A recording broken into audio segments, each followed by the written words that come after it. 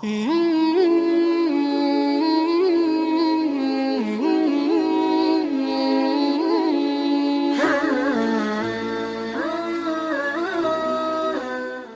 زبانیں یہ کہتی ہوئی سنائی دیتی ہیں کہ علماء کرام کو، مشائخ اعظام کو دین کی خدمت کے عوض کوئی پیسہ، کوئی ڈالر، کوئی کرنسی، کچھ بھی معاوضہ موصول نہیں کرنا چاہیے۔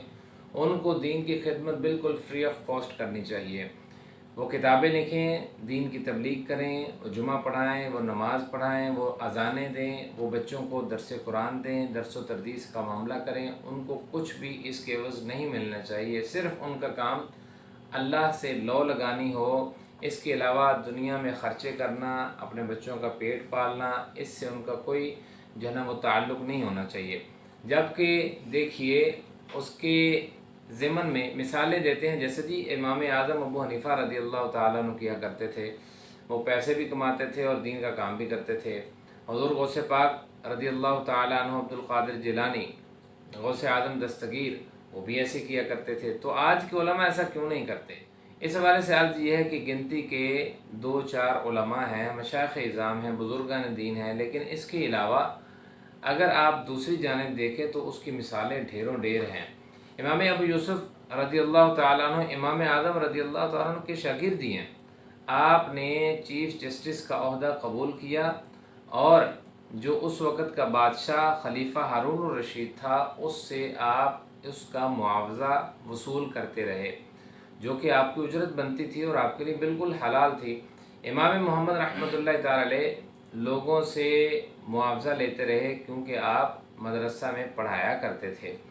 اس کے علاوہ دیکھتے ہیں کہ اگر ہم خلفۂ راشدین کی بارگاہ میں حاضری دیتے ہیں تو علاوہ حضرت عثمان غنی رضی اللہ تعالیٰ عنہ کے، حضرت ابوبکر صدیق ہوں رضی اللہ تعالیٰ عنہ، حضرت فاروق اعظم ہوں رضی اللہ تعالیٰ عنہ، حضرت علی المرتضیٰ رضی اللہ تعالیٰ عنہ، یہ تینوں خلفاء نے اپنی خلافت کے دور پر اس خلافت پر معاوضہ لیا، اور جس کی وجہ سے ان کے گھر کا جو سرکٹ تھا وہ چلتا تھا۔ حضرت ابوبکر صدیق رضی اللہ تعالیٰ عنہ خلیفہ بننے کے بعد ایک دن بازار کی جانب جا رہے ہیں، فاروق اعظم رضی اللہ تعالیٰ عنہ نے عرض کی، یا امیر المؤمنین آپ کہاں جا رہے ہیں؟ آپ نے ارشاد فرمایا کہ میں بچوں کا پیٹ پالنے کے لیے کچھ کمانے جا رہا ہوں۔ تو آپ نے عرض کی کہ اگر آپ بچوں کا پیٹ پالنے کے لیے جائیں گے تو پھر آپ کے پیچھے اس نظام کو کون سنبھالے گا؟ اس لیے آپ یہاں پر تشریف فرما ہوں، آپ کی اجرت اور آپ کے گھر کے راشن کا، پیٹ پالنے کا کوئی طریقہ، کوئی لائے عمل کر لیا جاتا ہے، آپ کی اجرت مقرر کر دی گئی اور بیت المال سے وہ آپ کو میسر آتی تھی۔ افسوس ہے کہ دنیاوی بادشاہوں کے معمولی نوکر شاہی خزانوں سے اتنی بھاری بھرکم تنخواہیں لیتے ہیں، لیکن اس کے باوجود اس کے دوسری جانب اگر ہم دیکھتے ہیں تو نبی علیہ الصلوۃ والسلام کے دین کے خادم علماء، مشائخ اعظام، جو کہ نبی علیہ الصلوۃ والسلام کے دین کو لے کر آگے چل رہے ہیں، جن کے بارے میں سرکار علیہ الصلوۃ والسلام ارشاد فرماتے ہیں کہ میرے جو علماء ہیں وہ میرے دین کے وارث ہیں، اور رب کا قرآن فرماتا ہے کہ اللہ سے علماء ہی ڈرتے ہیں۔ انما یخشی اللہ من عبادہ العلماء، کہ اللہ سے صرف اور صرف علماء ہی ڈرتے ہیں۔ تو علماء کی اتنی بڑی شان ہے، وہ دین کے وارث ہیں، ان کا ایک پائی کا استحقاق بھی نہیں بنتا کہ وہ سرکاری خزانے سے وصول کر سکیں۔ اللہ اکبر!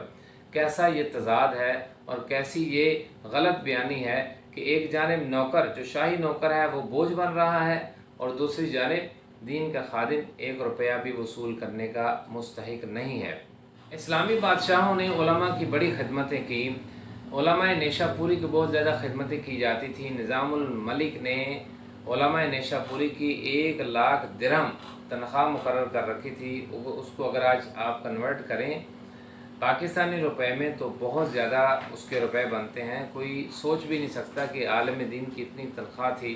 اور یہ خدمت کا نتیجہ بھی تھا کہ وہ جو مدرسہ نظامیہ انہوں نے قائم کیا، اس مدرسے کا نام نظامیہ تھا، اس میں جو کورس کروایا جاتا تھا وہ درس نظامی تھا، آج بھی وہ چل رہا ہے، اور اس سے جو پروڈکشن ہوئی، پڑھنے والے جو طالب علم نکلے، وہ زمانے کے کتب نکلے، زمانے کے غوث نکلے، غوث اعظم دستگیر عبد القادر جیلانی رضی اللہ تعالیٰ عنہ اسی مدرسہ میں پڑھے، حضرت شیخ سعد الدین شیرازی اسی مدرسہ کے طالب علم تھے، امام محمد بن محمد غزالی اسی مدرسہ کے طالب علم تھے۔ اور اس کے علاوہ اگر آگے بڑھتے ہیں تو اورنگزیب عالمگیر نے فتاویٰ عالمگیری جن علماء سے لکھوایا، اس نے 2 لاکھ درہم ان کو تنخواہ دی، اور اس کے علاوہ اتنا سونے کا ڈھیر ان علماء کو تحفے میں دیا کہ آپ نے دین کا بڑا کام کیا ہے۔ اب ایک جانب اللہ پاک فرماتا ہے کہ ان کو دو، نام نہاد مسلمان کہتا ہے کہ ان کو نہ دو۔ اب فیصلہ آپ پہ ہے کہ ہم نے اللہ تبارک و تعالیٰ کی بات ماننی ہے یا ان نام نہاد کہنے والوں کی بات ماننی ہے۔ ڈیفینیٹلی ہم نے اللہ تبارک و تعالیٰ کی بات ماننی ہے۔ اللہ تبارک و تعالیٰ ہمارا حامی و ناصر ہو۔